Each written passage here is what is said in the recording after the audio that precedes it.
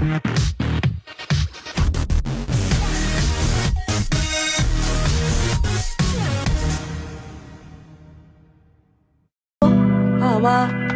you're beautiful. Emi wa mama kan. Talori yeah. Mama mi ò rojú rí. That is why I'm loving you. Nítorí ọmọ ó jìyà nílé ọkọ. Mama mi ò rojú rí. That is why I'm loving you. La la la la. Oh, you're beautiful. Oh, you're beautiful. Oh yeah, la la la la. Oh, you're beautiful. Oh, you're beautiful. Ẹ bá mi kíra fún màmá mi. Òrìṣà bí yá o.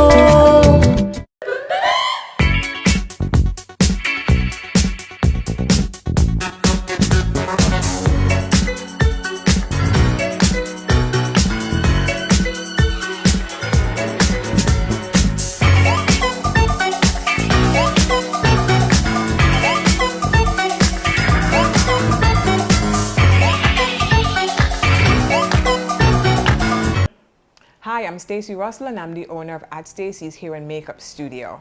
Today, we're going to be talking about professional grooming, branding yourself for the work field. Okay, so today we're going to talk about natural hair in the workplace. It's a tricky subject. What's considered natural hair and what's the best look for it for your workplace? It all depends on what that workplace culture is. So I would advise a client, do your homework on that establishment and see what works best. Nevertheless, a classic look is always a ponytail. You cannot go wrong with a classic pullback. It works every time, doesn't fail. Let's talk about piercings. Let's talk about tattoos.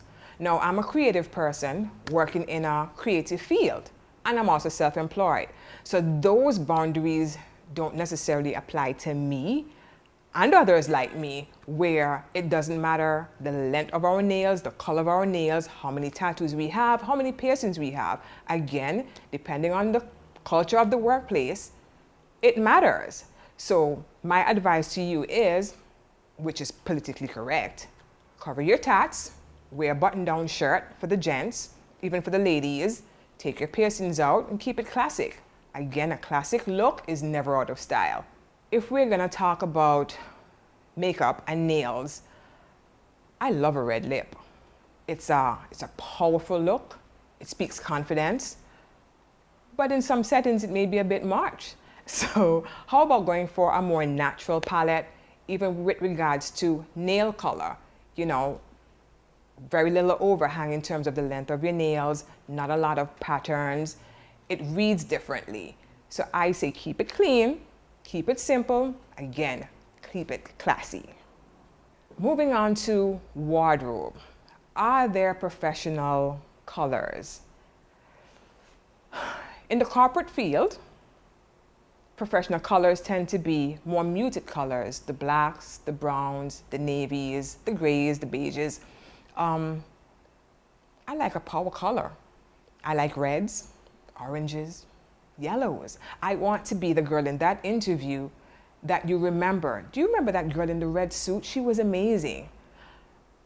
I want to show up to an interview where I am memorable, but it may be too much for that setting. So again, crisp white shirt, a black suit, can't go wrong with those things. Maybe that's the part where your red lips come into play. Killer heels, lovely shoes for the guys. If you're talking about style, the guys can always rock a really, really colorful socks. Bring your personality out there.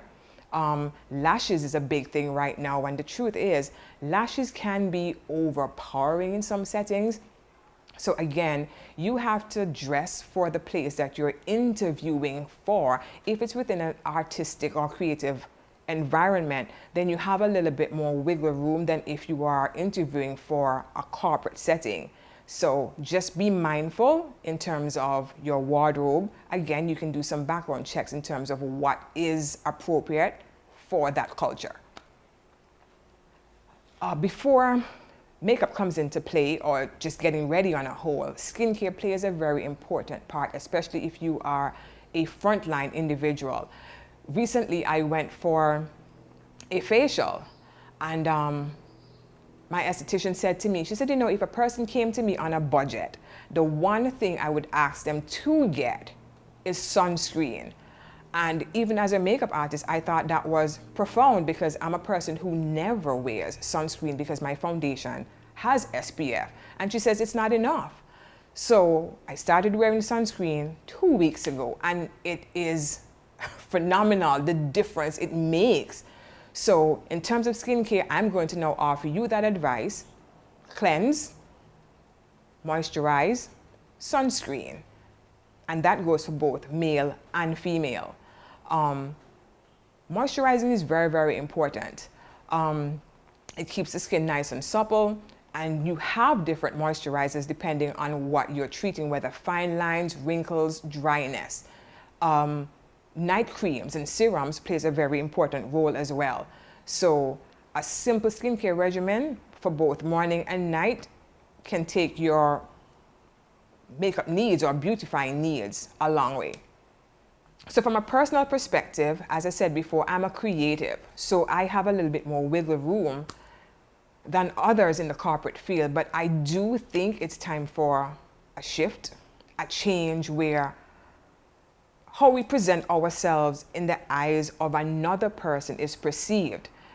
Because if I'm great at my job, I'm a people person, I get along well with my peers, well, what does my tattoos have to do with it?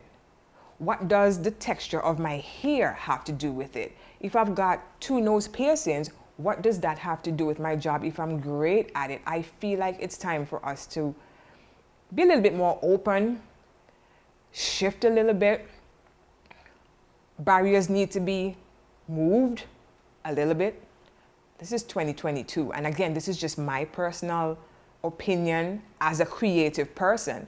And I guess too, it's easy for me to say that because I work in a creative field. But creative people are bankers too.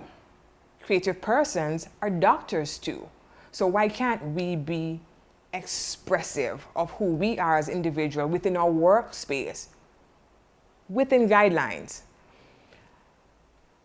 And yeah, that's my take. So when it comes to branding yourself, showcasing who you are as an individual, I think it's time for us to shift a little bit. I think it's that time.